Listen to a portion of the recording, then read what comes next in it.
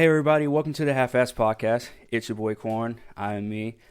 Today we have a very special guest, OnlyFans content creator, Raine Storm. How's it going? Hi, I'm good, thank you. Yeah. So we had a little bit of time constraint earlier. We get the time spaced up between Australia and here on the East Coast, here in America. How many hours are you guys actually behind from us? Or no, are you guys in front? Or we're behind? We're in front. I haven't done the math. But it's about 12 o'clock, 8 p.m. here. And it's Friday for you guys? Yes. Oh wow. Okay. All right. Dang, that's crazy. It's still Thursday here. Yeah. But yeah. So we're just gonna jump right into it. I'm gonna ask you about OnlyFans. First of all, is OnlyFans your only platform that you do content for? No. I do OnlyFans, I do AVN Stars, and I do IWantClips.com too. Oh wow. So with AVN Stars, that's associated? I'm assuming that's associated with the big AVN awards that they do every year as well. I believe so. Yes. Yes. Wow. So how long have you been associated in the adult entertainment industry? On and off for about 6 years. Oh wow. 6 or 7. And Yeah. so you say on and off now. So what were, if you don't mind sharing, what were some of the reasons or the reasons why you have been on and off the past few years? Sure. Well, as we all get very stressed, have mental health bouts and ups and downs throughout life. And I was in my very early 20s. So Oh yeah. you're learning who you are as a person, what you want to do. And as well as social pressure, family pressures. My family found out I was stripping. Oh, that's always fun. And that was a blow up. Yeah. But yeah, so it was just wasn't the right time to kind of do anything. I wasn't certain with myself. So just exploring, and then I've come back because it's just who I am and I love it. That's awesome. That's awesome. So with your OnlyFans, do you because I did an interview earlier with someone and they did like more like solo stuff for their OnlyFans. Yeah. Do you do it's all solo? It's all solo, yeah. Okay, that's what's up. That's what's up. So what actually led you to doing OnlyFans? Okay, so I started off on this particular time of doing sex work. I started off doing just general Snapchat cam girl style sort of things. And within that, I kind of fell into a mistress mummy role. And from there, I figured I found Twitter and the Twitter Findom community. And they obviously, and the sex work, every other sex work, yeah. Started using OnlyFans. And that was kind of around the time that it became big, was when I kind of fell into it. And yeah, does that answer the question? Yeah. So what does mistress mommy role mean? What does that mean? Yeah, so that is a kink BDSM type of term. Oh, okay. So, and I am a mistress for my submissives. Oh, okay. Yeah, because I got I was like, okay, yeah, I'm not too well versed in the BDSM area. So like some like the terms, I'm still like learning. And the more people I talk to in the industry, the more I start learning like these terms and everything starts coming together. But yeah, that's So when you started getting into the role and like getting into basically like the rhythm of OnlyFans, how big is your audience and how much work do you put into your OnlyFans? Okay, so my audience on OnlyFans is probably about under 50. I have 50 subscribers. But I haven't really been doing it that long, and I haven't been focusing all of my energy onto it. So I probably spend I've been spending a lot more time in as of recent, and it's showing. But I probably spend maybe 5 hours a week just making content, editing, promoting, uploading, because I upload daily. So Okay. yeah. So do you still work like a what as we like to call it, like a normal job? Vanilla job. And on top of, okay, yeah, that's always a struggle. That's always a struggle. I was just the interview I did earlier.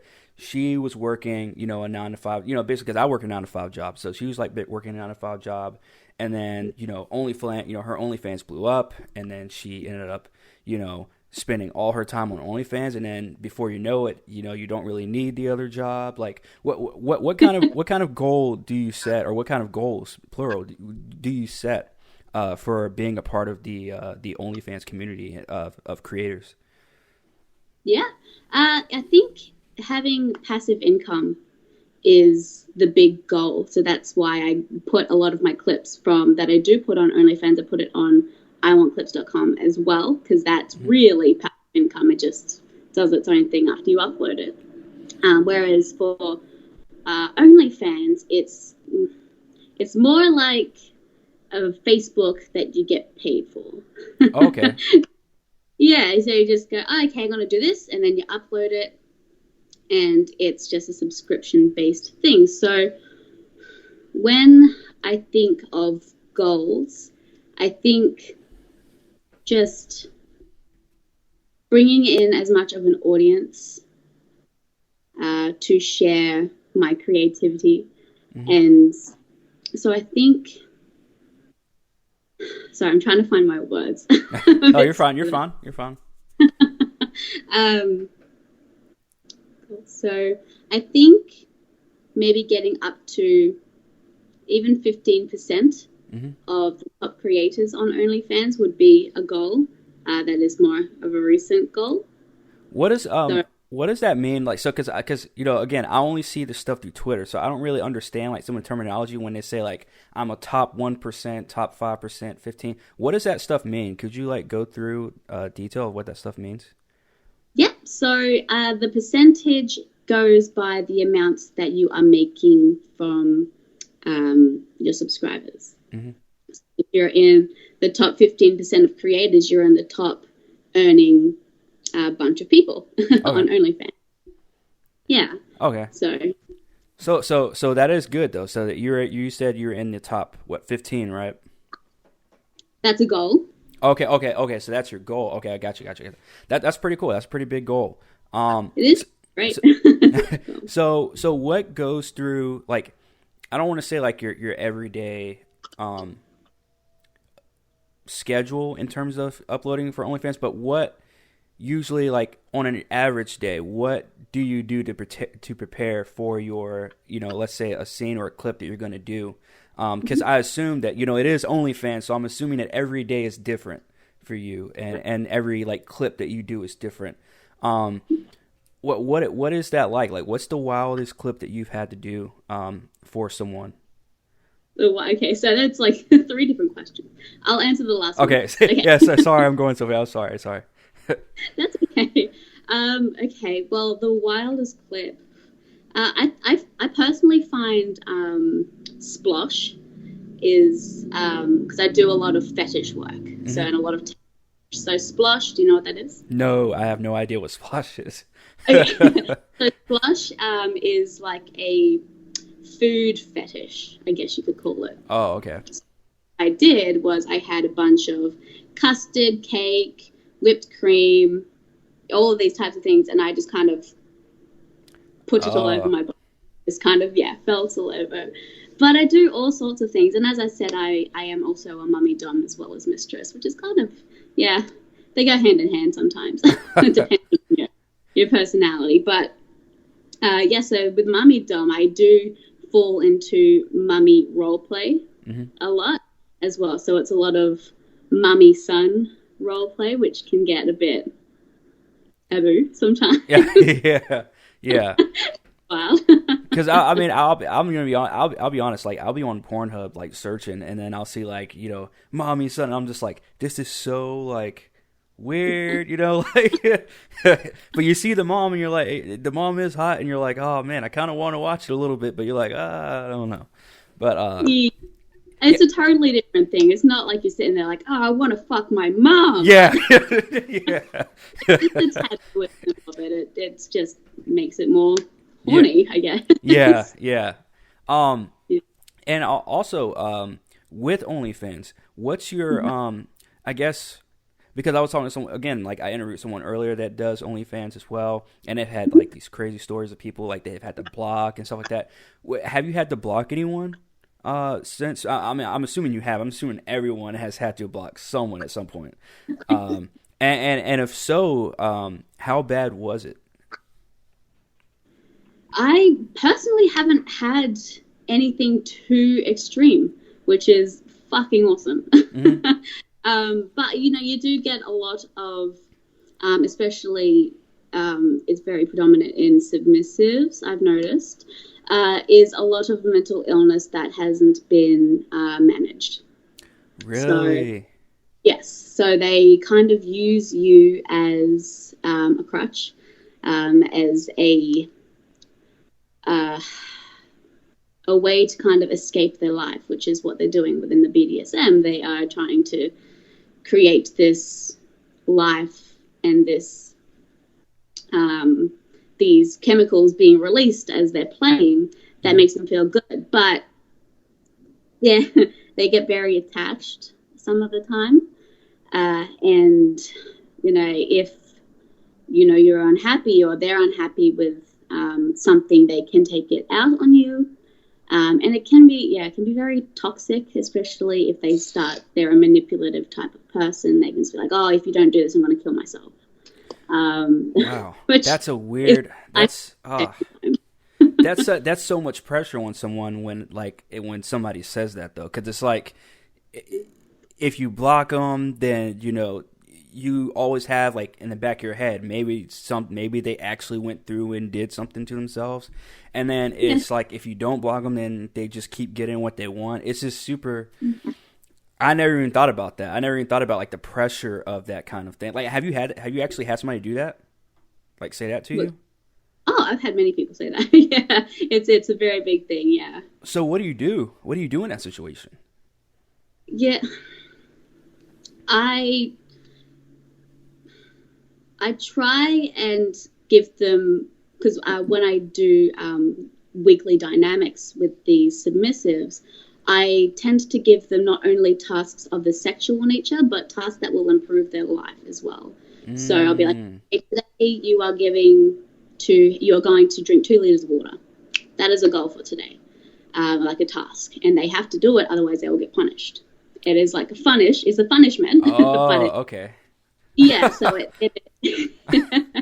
so it turns it around so that it becomes more of it becomes sexy because it is an order from your mistress.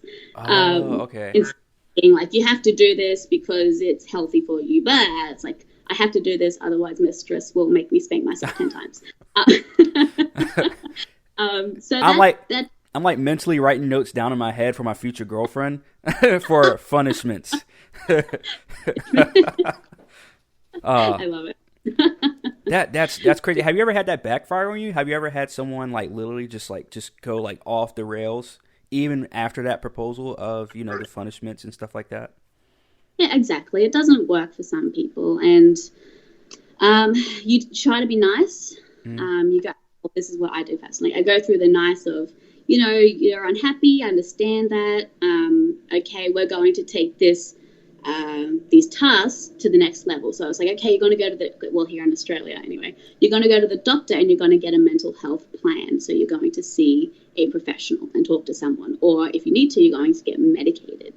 And that becomes those tasks. And then again, if it's still not going through and it's still not working properly, it's like, okay, well, this isn't my job.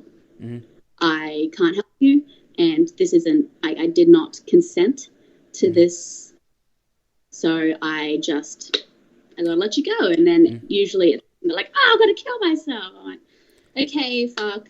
Yeah, yeah, and then the pressure's back on again, and that's crazy. Like I've never thought about that either. Like because I mean I know that those situations have happened because obviously internet, so you see people in an industry post things about people with mental illnesses, or maybe not even mental illnesses, but people just going through like weird stuff in their lives, and they just go crazy. We see it all the time, and I just never really thought about the pressure of that though. Like that's insane. Like that's crazy. So with OnlyFans, and again, I didn't know you were on 3 different platforms. So not just with OnlyFans, but with the what is it? I Have Clips, right? I Want Clips, and then the other one is AVN Stars. Yeah. Dots. Stars. Stars. AVN Star. Okay, stars. So with those 3 platforms, what are your goals? Do you have any short-term goals or any long-term goals? Because again, you said that you've been on and off for 6 years doing this. How old are you, if you don't mind me asking? I'm 27. Okay, I'm 27 as well, same age. So you were on and off for 6 years. Mm-hmm.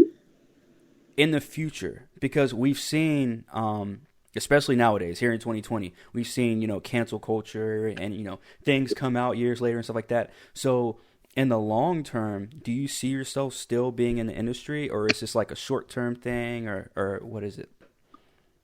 I am open. I have my goals. I study and I have my own business. I am a sexologist. Mm-hmm. So I do that as well within the OnlyFans community and things. Like I have my sexology business floating through there as well. So I would like to continue doing this for, as long as I can, because I really enjoy it. And the only thing is I just have to adapt. So, I can't be 36 and, of competing with these tiny little bodies that haven't had any children and, these big, tacky titties. Like, can't compete. And so you just have to adapt as I get older and be like, okay, now I am a sophisticated mummy. Yeah, absolutely. I feel that. Yeah, it'll be successful. So as a sexologist, what exactly is that? Is that like a sex therapist, or what is that exactly? Yeah, so a sex therapist is more of a clinical sexologist. They go through like PhD, the bigger stuff. Whereas I'm a sex coach. So the difference is the sex coach, I kind of focus more on the pleasure and getting people mindful, and just kind of is more of an educator. Whereas a therapist, they focus on, past trauma, any medical issues, all those types of the bigger, deeper issues, whereas I like to do the surface. Oh, okay.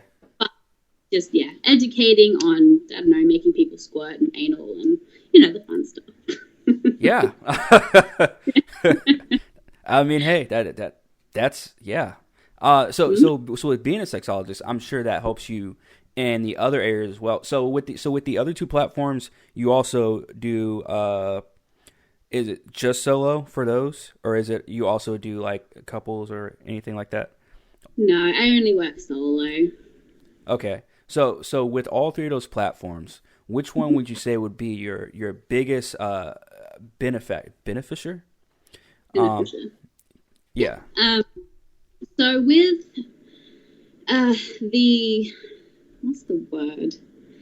There has been a lot of drama with OnlyFans as a platform within itself. So a lot of people are losing their accounts with thousands of dollars in it, and OnlyFans is just like, oh, sorry, we don't have any recollection of this money. So people are losing. Yeah, so that's it's quite big at the moment. How did they lose their accounts? The OnlyFans just kind of rips it down. Wow. And this is like recently?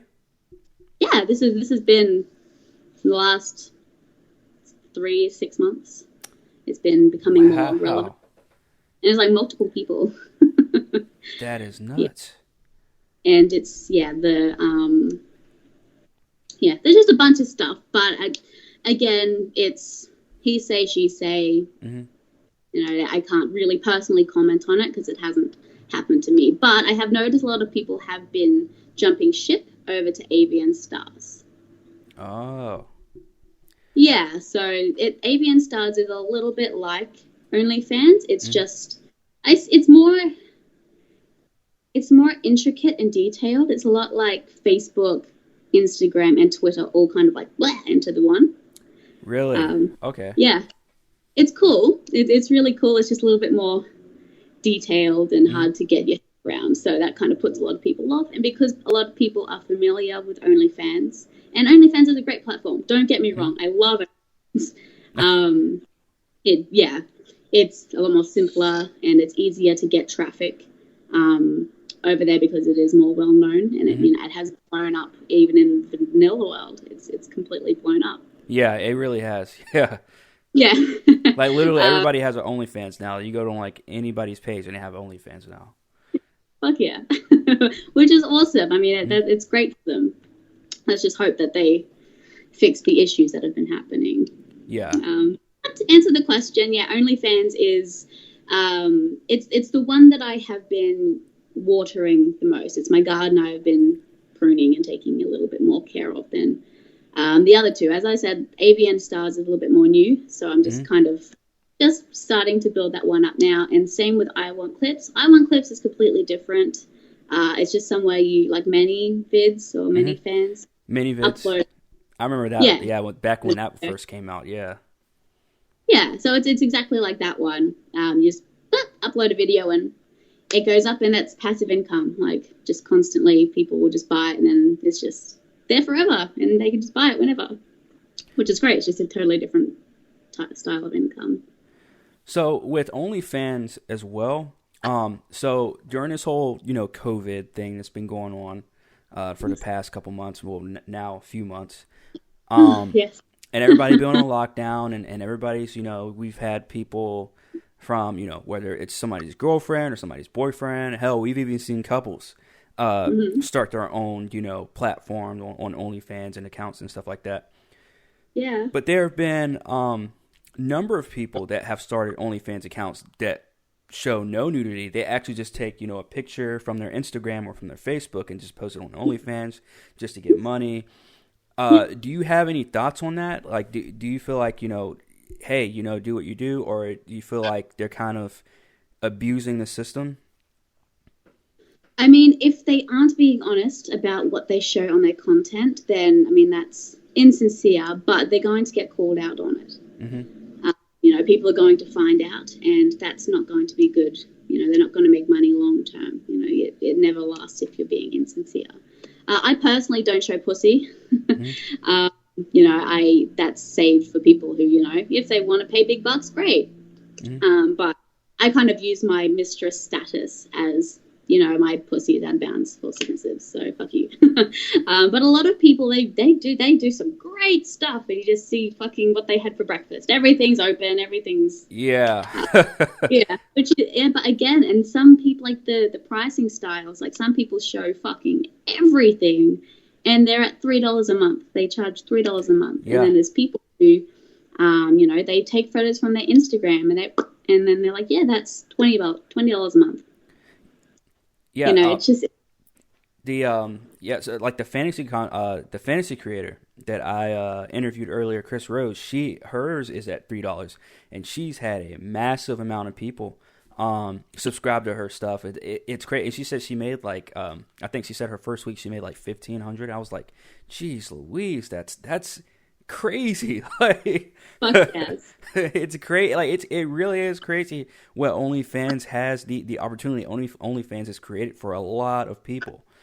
And to go back to your career from the start of your career. So have you always been only a cam girl? If that's like the correct name for it. Like you haven't done like any scenes or any adult entertainment scenes with like a male or female or anything. No, I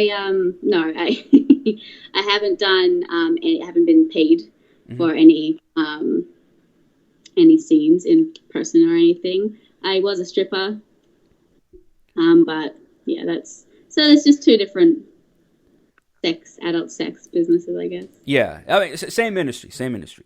Um, Yeah. just different avenues, I guess, or different genres. We'll say different genres, different genres. Yeah. And by the way, is there any like correct term? Are you okay with content creator, or is Yeah. or what do you prefer? I go by content creator because I'm a content creator. I don't really go by cam girl because I don't particularly. I when I think of cam girl, I think of people who do. They just they ride dildos and they Mm, finger fuck their pussy or they do a lot of anal. Like when I think of the cam girl, that's what I think of. When I think of myself, I'm more of a content creator. And I just am a findom femdom.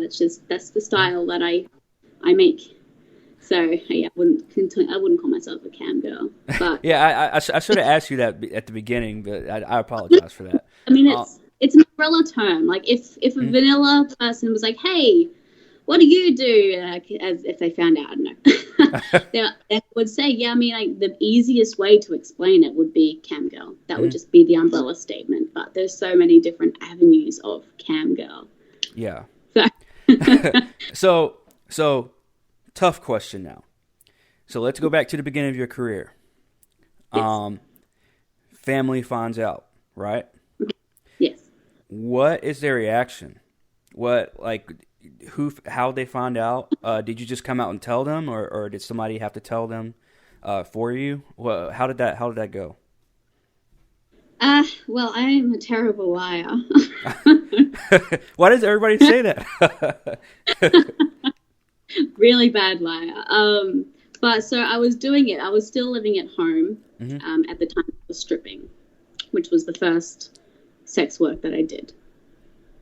So I'd be like, oh, I'm a promo girl. I go out and I give flyers to everyone. That's just what I do. Hmm. And my mum was like, okay, cool. Like, you're not naked? I'm like, no, just, wear a bikini. I was like, oh, okay, cool. Again, terrible liar. So she saw right through that. But she played a game of me trying to get it out. A game of getting me to tell her, Hmm. essentially. So she she said, "Oh, it's my husband's birthday. We're going to go out to the city, and we're going to go. I'm going to take him to a strip club." Right. Oh no. And she's like, "You work at a strip club, as promo. Like, is it a good one? Should we go to that one?" And I'm like, "Oh, fuck!" Like in my brain, I'm like, "Oh my goodness, no." Oh my gosh. Yeah, No I was way. like, sure, that sounds like great fun, Mom. Thanks. She didn't, obviously, but Hmm. and then eventually, I just kind of came out and told her, but that story was always fun. It's like my heart was just. What was her reaction when you told her?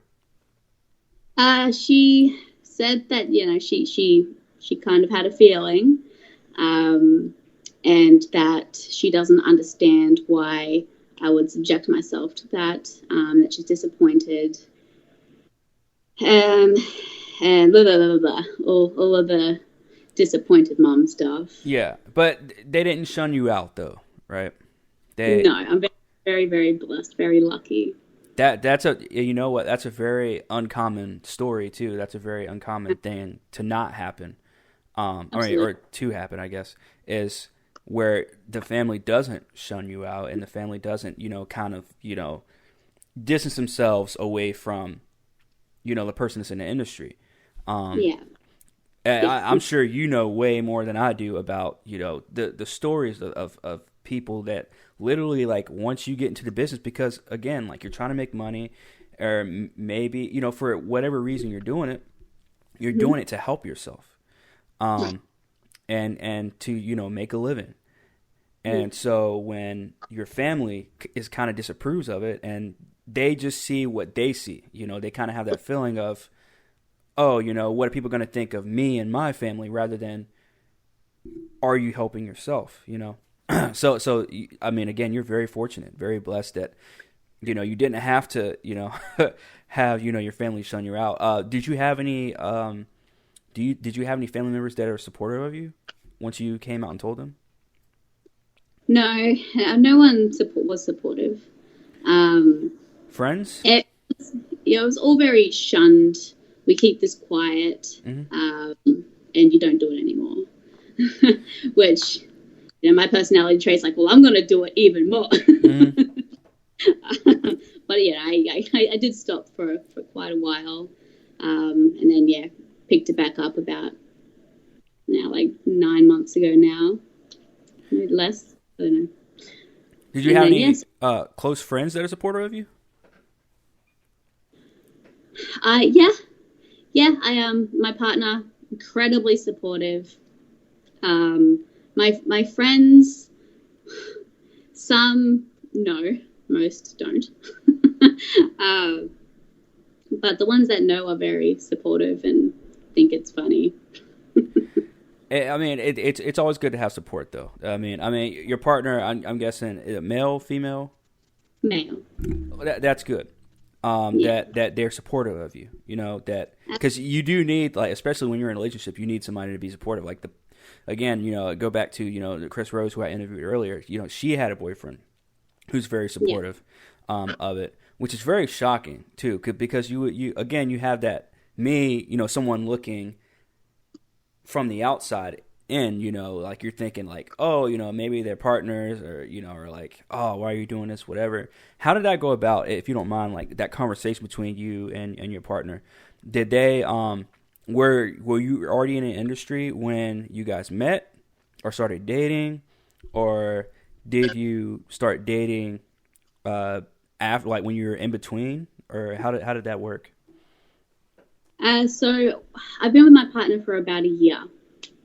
So about 4 months into the 4 months, 3 months, something into the relationship, I kind of just went, hey, I've been thinking about doing some cam work. And he was just like, oh, cool. And he started just splurting everything he knew. So he just kind of went like, Snapchat, do Snapchat. And there's a lot of, do Chatterbait. I go, this Chatterbait's great, and blah, blah, blah. And he was very supportive and very, very, I'm very lucky to have this man. He's very sweet. And, because we don't live together, I'm with him 50% of the time, so 50% of the week. And he's, set up the bedroom so it has like lights, and, he's made it all pretty, and, so that I can work, because I'm a very busy woman. Yeah. I sometimes can only work while I'm with him. That's good. Yeah. It's good to have somebody supportive of you. I mean, especially someone that you really, like your significant other, to be supportive and stuff like that. Have you been to America before? Yes. You have. So are there any differences in like between the way that like the adult industry, or the sex worker industry works in America and Australia? Are there any differences? I think it might be a little bit more brutal in America. I haven't worked in America as a stripper. Obviously, being a cam girl, you could be worldwide. Oh yeah, anywhere, yeah. Yeah, but from what I know, here we get a little bit more support from the government, so there is a lot less fear of not making money. There is a lot less tension and anxiety, because you are able to get an income. It's a very small income, but it's something. Whereas in America, I know you guys, get if you can't work, you're pretty much fucked, and that's horrible. It's a horrible thing, especially if you're unwell, or I know a lot of sex workers from America that their child gets unwell or they need the surgery of some sort, and they have to become a sex worker to provide for their child or to provide for their sick mother. Yeah. And that just absolutely breaks my heart, especially if you're not sexually inclined. That can do a lot of traumatic damage to a person. Yeah. But I mean, in general, like the structure and everything, I mean, it's much the same. You shake your tits and you get tips. Like, but the pressure of the actual economy and the social structure of America is a lot different to here. So again, I am very blessed. Yeah. So so as we're winding down here, because I know we have time constraints or whatever, but where do you see yourself now? I know it's kind of like somewhat similar question I asked earlier, but where do you see yourself? Let's say 5 or 10 years from now. Do you see yourself still? Now I know you said you're kind of open to like, but in terms of ideally, like production, and in terms of like, and I know you said that you don't really see yourself still doing cam work, but still somewhat in the industry. So what else could you see yourself doing in the industry about 5 or 10 years from now, later on down the road? Well, at the moment, I still do live sessions. Like I still do Skype and all of that. And once I start getting a little bit more passive income, because I'm working on a lot more of the content creation side, so that I can just pop it out there, and that's it. I make money that way. So I'm really moving towards the passive income side of things, because I super fucking love what I do, but I know that there is more for me. I am, I'm moving towards like the more psychology, sexual psychology with my psychology. Moving towards more of that side of things. I'd like to like educate and like train and have my content creation as a creative outlet, as opposed to being a career, a job, so to speak. And yeah, just like make professional domination and fetish clips, and then just throw it up, and then that's that that's that side of things. I'm still doing what I love to do, but I'm also focusing on a career that I can do when I'm 70 years old. That's amazing. That's really amazing. And I gotta say, like, I've been not necessarily studying, but I've been studying a little bit of the adult industry of the sex worker industry for some years now, since like my teens. And I've never had the notion that you all are just like, oh, they're just women that get on camera and do this and do that. Right. Now I did at some point, but not as an adult.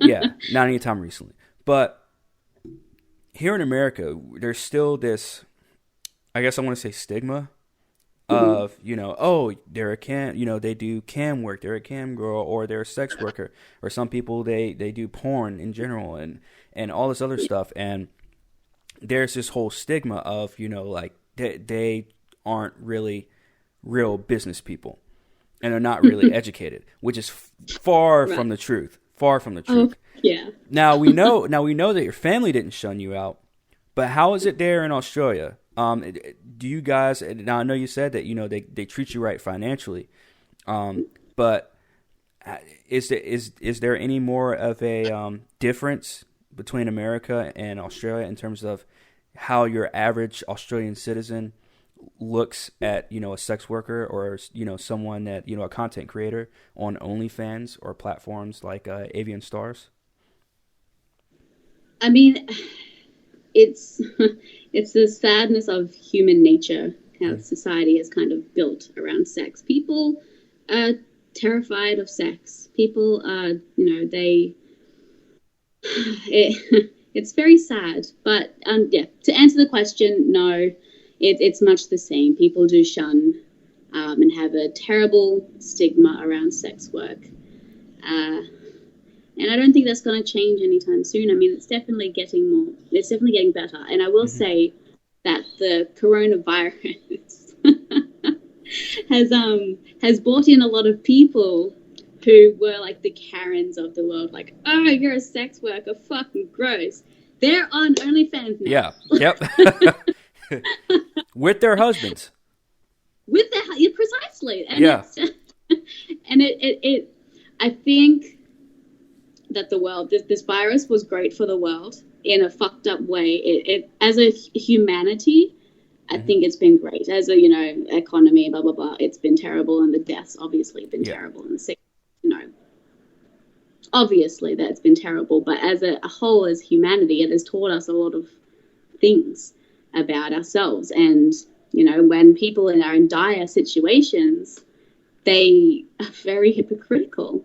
Yeah. And I think people are going to realize, because at the beginning, a lot of people are like, fuck yeah, I'm going to do OnlyFans, I want to be rich. And then they've tried and they're like, this is fucking hard as shit. Like, there are some people, granted, especially if they have already had like a following on Instagram or whatever else, they can go, I'm just going to open this OnlyFans and then shoot. They're like, I've made $1,500 in my first week. Yay. OnlyFans is easy, sex work is easy. And that's just really not the case. And there has been an influx of people since the virus has come that it is very hard out there right now, financially.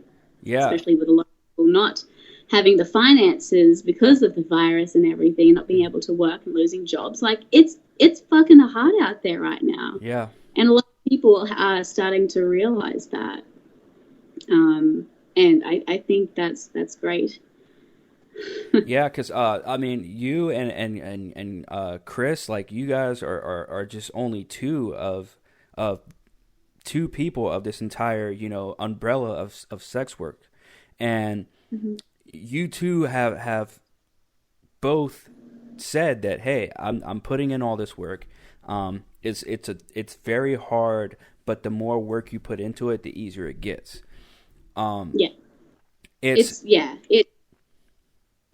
You really got to put in work every single day. Like, you got to constantly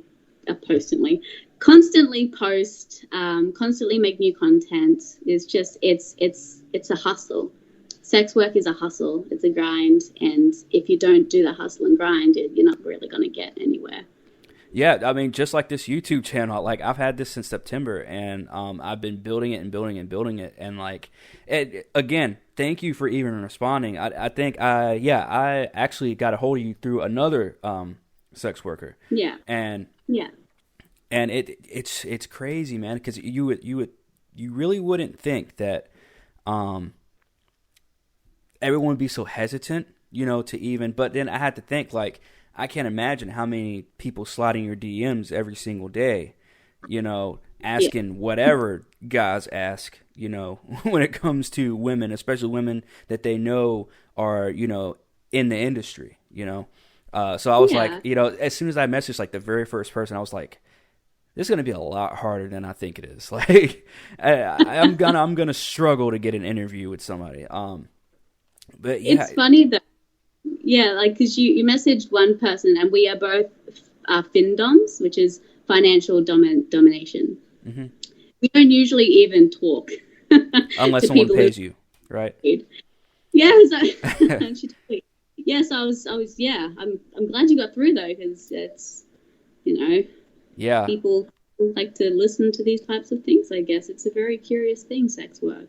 Yeah, and I can't imagine how tough it is. I mean, because again, like what you mentioned earlier, like, someone, they might think, I just, do whatever, and, I get this big following, whatever, but it's a lot more work than that. And, whatever that person is doing over here, you got like 20 other women over here, or men, doing the same thing over there with a bigger following, and probably with a better lighting and better camera, Yeah, it's a lot. Yeah. It's a lot. I can't imagine. But, I just want to say thank you for taking the time out to do this interview with me, and just to sit and talk about the industry, the work that you're putting in. and the work that you have put in. I mean, 6 years is a long. I mean, whether it's on and off or not, 6 years is a long time to be in this industry, and I can't imagine. Thank you so much for having me. It's been nice. Yeah, thank you. But yeah, anything you want to plug? If anybody wants to, reach your sites or anything like that. Yeah, absolutely. My main, like my mothership is Twitter. So if you find my Twitter, then you can pretty much find everything else. So it's just Raine, Raine, Storm, Storm, the number 9. So just 9.